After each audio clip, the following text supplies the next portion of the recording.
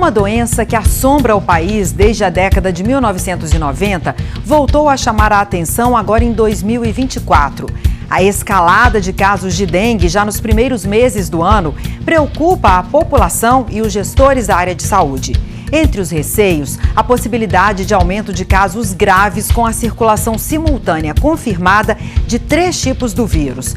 Nesta edição, eu vou mostrar para você um panorama da situação de Minas Gerais e do país. E nós vamos ver ainda como o Legislativo contribuiu para combater o problema ao longo dos anos. Eu sou Cláudia Gabriel e este é o Assembleia em Destaque, programa que mostra o impacto na sua vida dos assuntos discutidos aqui no Parlamento Mineiro.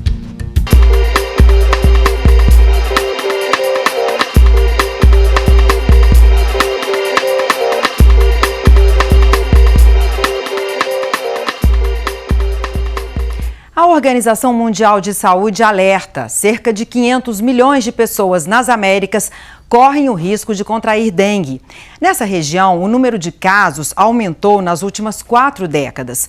Enquanto que nos anos 1980 foram cerca de 1,5 milhão de registros, o período entre 2010 e 2019 teve pelo menos 16 milhões de infectados no continente.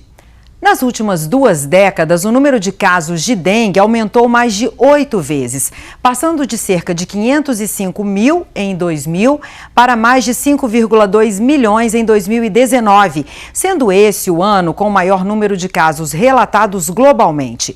Somente o Brasil, no ano de 2019, contribuiu com mais de 2,2 milhões de casos reportados. Nos últimos anos em que houve o surto da doença, Minas se destacou no ranking do país, com cerca de 470 mil notificações em 2019, período em que o estado também registrou a maior taxa de incidência e o maior número de casos notificados no Brasil. Em 2023, o registro é de 420 mil casos. Para este ano, especialistas chegam a projetar 800 mil. Para entender melhor o assunto, nossa equipe conversou com o pesquisador da Fiocruz, Carlos Eduardo Calzavara. Nós perguntamos a opinião dele sobre essa projeção preocupante do número de casos. Vamos ouvir. Mas por que essas projeções são pessimistas? Quando a gente observa até os dados históricos, a gente tem picos de dengue ou de outras arboviroses, tomando por base o início do período de chuvas, o início das temperaturas mais quentes, fim de março, abril e maio começa a decair, e quando a gente tem as primeiras frentes frias aí, praticamente cai abruptamente. Então, se a gente obedece exatamente esse ciclo, né, esse ciclo de chuvas e temperatura, posso dizer que a gente não está no pico ainda. E se não estando no pico, a gente já tem uma projeção não, número de casos aí a ministra pronunciou ontem, cerca de 365 mil casos no país, né, desses confirmados, fora os suspeitos que ainda vão confirmar, e aí a gente precisa trabalhar muito nesse ponto. De fato, a projeção ela é realista. A dengue é uma doença viral causada por um arbovírus, tipo de vírus transmitido principalmente por mosquitos. Nesse caso, o já tão conhecido Aedes aegypti, ou ainda menos comum, o Aedes albopictus. São 4 sorotipos possíveis de dengue. Isso quer dizer que uma pessoa pode ser infectada mais de uma vez. Segundo os médicos, quando você contrai o vírus, o sistema imunológico oferece proteção duradoura apenas contra o tipo específico que te infectou. Mas é possível uma proteção cruzada de curta duração contra os outros sorotipos. No Brasil, a circulação simultânea dos 4 sorotipos foi identificada desde 2010, o que pode influenciar a evolução da gravidade da doença quando a pessoa contrai a dengue pela segunda vez. No dia 23 de janeiro, a Secretaria de Saúde de Minas Gerais chamou a imprensa para se posicionar sobre a situação. O secretário Fábio Baccheretti confirmou os receios. A gente, a cada 3 anos, tem um ano epidêmico, historicamente. 2010, 2013, 2016, 2019, 2022 não tivemos. Em 2023, ano passado, tivemos aí cerca de 400 mil casos, é uma epidemia com muitos óbitos. Mas este ano vai completar então 2 anos consecutivos, anos epidêmicos. E isso é uma novidade. E com um fator que nos preocupa um pouco, que é a volta da dengue tipo 3 a circular às Américas. A América Central sofreu muito com a dengue tipo 3 no ano passado. E esse sorotipo chegou ao Brasil, ainda nas nossas amostras não é o predominante, mas por que nos preocupa? Lembrando que a dengue mais grave, geralmente, ela é uma nova infecção com um sorotipo diferente. A Organização Mundial de Saúde afirma que a maioria das pessoas ou apresenta sintomas leves ou nenhum sintoma e melhora entre 1 e 2 semanas. Quando presentes, os sintomas geralmente começam a partir do 4º dia até o 10º após a infecção e duram de 2 a 7 dias. Os doentes podem ter febre alta, dor de cabeça severa, dor atrás dos olhos, dores musculares e nas articulações, náusea, vômito, gânglios inchados e irritação na pele. Já um caso grave geralmente vem depois que a febre passa. Entre os sinais de alerta, dor abdominal grave, vômito persistente, respiração rápida, sangramento nas gengivas ou nariz, fadiga, inquietação, sangue no vômito ou nas fezes, muita sede, pele pálida e fria. Pacientes com sintomas graves devem ter cuidados imediatos. Após a recuperação, as pessoas que tiveram dengue podem sentir cansaço por várias semanas. O especialista explica quando é necessário buscar os serviços de saúde para atendimento. Tem que procurar um sistema de saúde, público, privado, tem que procurar sim. Por que eu falo isso, tá? Porque a dengue com sinais de alarme, que a gente chama, tá? E a dengue grave, né, que é a dengue grave, que pode ser inclusive letal, a evolução desses sintomas é muito rápida, tá? A dengue mata rápido, esse é o problema. Então, ficar esperando alguma piora para depois agir, você perdeu um excelente momento de manejo, de conduta médica, que às vezes é muito simples. Uma simples hidratação, né, uma reposição volêmica poderia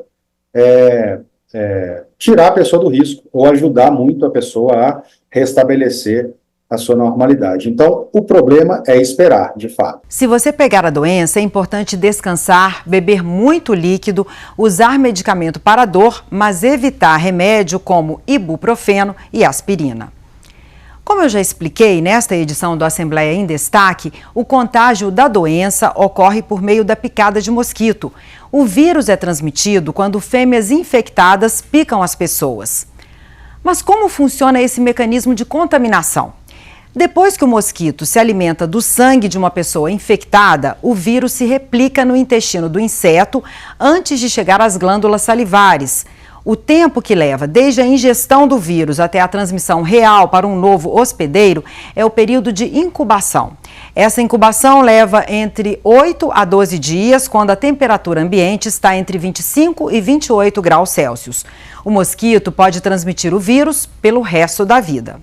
A escalada do número de casos levou a ministra da Saúde, Nízia Trindade, a fazer um pronunciamento em rede nacional de rádio e TV para todo o país no dia 6 de fevereiro. Ela convocou a população brasileira, estados e municípios para uma grande mobilização. A prioridade do Ministério da Saúde no combate ao mosquito foi confirmada como principal estratégia, mesmo com a inclusão de uma vacina. Vamos ouvir um trecho. É fundamental que as prefeitas e os prefeitos intensifiquem os cuidados com a limpeza urbana, evitando o acúmulo de lixo e de água, onde os mosquitos se proliferam. Da mesma forma, é essencial a ação das governadoras e governadores apoiando os seus sistemas de saúde. E você, cidadã, cidadão, também tem um papel decisivo na prevenção. Precisamos redobrar os cuidados com as nossas casas e nas áreas em volta delas. Cerca de 75% dos focos estão dentro de casa. Vamos tampar as caixas d'água, descartar o lixo corretamente, manter as vasilhas de água dos animais sempre limpas, guardar garrafas e pneus em locais cobertos, retirar água acumulada dos vasos e plantas. Pois é, além de evitar esses repositórios de água parada que nós vimos aí, o que nós podemos fazer para tentar evitar que a doença chegue até as nossas casas?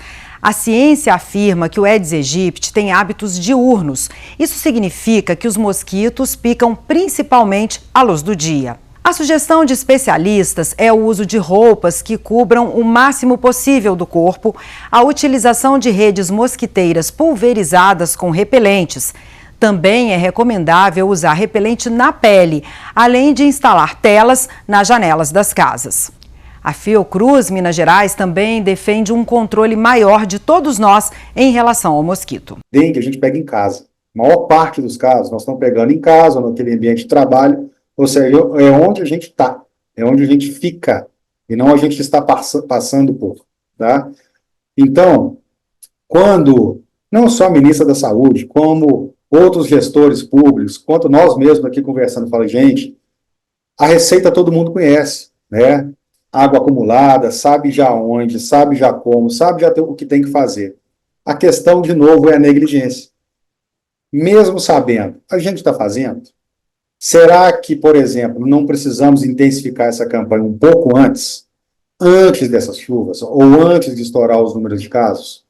E uma vez que intensifica essa campanha, inclusive com os agentes comunitários de saúde, que ainda bem voltaram a entrar em nossas casas, e de fato temos que abrir as nossas portas para isso, será que isso não tem que ser feito um pouco antes também? Ou aumentar, né, vamos dizer assim, esse exército de pessoas que estão mobilizadas para isso? Preocupada com a saúde do cidadão, a Assembleia de Minas se engaja na luta contra a doença com campanhas publicitárias na TV, no rádio, nas ruas e na internet. Em 2019, a tônica foi lembrar ao mineiro que a dengue é uma doença que mata, reforçar os sintomas e a forma de combate. Já a campanha de 2024 alertou para o aumento do número de casos e também orienta sobre o combate ao mosquito e sobre a necessidade de se buscar atendimento médico no caso de sintomas. Na edição do Assembleia Fiscaliza de junho de 2023, o assunto também apareceu quando o secretário de Saúde do governo de Minas teve de vir ao Legislativo prestar contas do trabalho realizado. Questionado pelos parlamentares sobre as ações para enfrentar o problema, o secretário Fábio Baccheretti confirmou que 2023 era um ano epidêmico e lembrou que os focos do mosquito ficavam na maior parte dentro das residências. A principal ação do governo de Minas à época era então o repasse de recursos para os municípios e para que os agentes de endemias percorressem as casas. Minas também tem uma lei com medidas de prevenção e de controle do mosquito Aedes aegypti. A norma, aprovada pela Assembleia, está em vigor há mais de 13 anos e foi aperfeiçoada pela última vez em 2017 pelos deputados. Nessa lei estão medidas para obrigar que empresas e instituições públicas, onde haja risco de criadouros do mosquito, adotem providências para o controle. Inclusive, quem não cuidar das instalações pode cometer infração sanitária. As consequências disso são muitas, desde multa até interdição do local ou suspensão do funcionamento.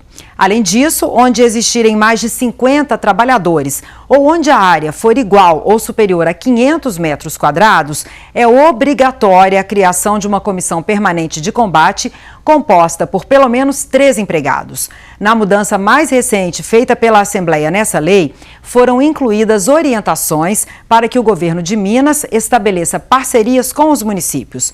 Além de ações de apoio às cidades, o Estado deve realizar campanhas educativas, com visitas a esses locais e distribuição de material explicativo. Apesar de defender a eliminação de criadouros de mosquitos como principal medida contra o aumento de casos, o Ministério da Saúde decidiu lançar na rede pública uma campanha de vacinação. 521 cidades em todo o país receberão doses. Em Minas Gerais, são 22. Esses municípios mineiros fazem parte das regiões de saúde de Coronel Fabriciano, Timóteo, Belo Horizonte, Nova Lima e Caeté. A seleção seguiu 3 critérios: a presença de pelo menos um município de grande porte, ou seja, com mais de 100 mil habitantes, alta transmissão de dengue registrada em 2023 e 2024 e maior predominância do sorotipo 2. As crianças e os adolescentes entre 10 e 14 anos serão vacinados.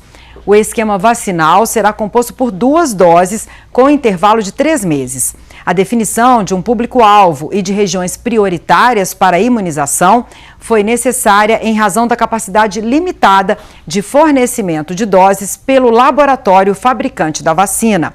Foram adquiridas cerca de 6 milhões de doses para 2024 e 9 milhões para 2025. Apesar do cenário atual preocupante, o pesquisador da Fiocruz está otimista para os próximos anos. Eu tenho uma esperança muito grande, não só na atual vacina, né, que obviamente ainda vamos ver outros dados dela, tomara que mais efetivos, como também na disponibilização de outras vacinas como a do Butantan, e a gente, vamos dizer assim, remetendo à Covid, a gente vai somando esses instrumentos que a gente tem, e ao final disso a gente consegue controlar ou deixar muito baixo esses números de casos. Então, se você me pergunta, há alguns anos atrás, como é que seria para os próximos anos, a minha resposta é ser a mesma. Pode preparar, daqui a 3 anos a gente tem outra epidemia, ou daqui a 4 anos outra epidemia. Mas dessa vez eu te respondo um pouco mais otimista, que pode ser que a gente não veja zero número, mas que a gente veja cada vez mais uma escada com os degraus reduzindo. Você aí que está acompanhando este programa, não se esqueça. Se tiver algum sintoma, procure o serviço médico. Eu fico por aqui, obrigada pela sua companhia. E você já sabe, entre no portal da Assembleia para rever este e outros programas produzidos pela nossa TV. Tchau e até a próxima.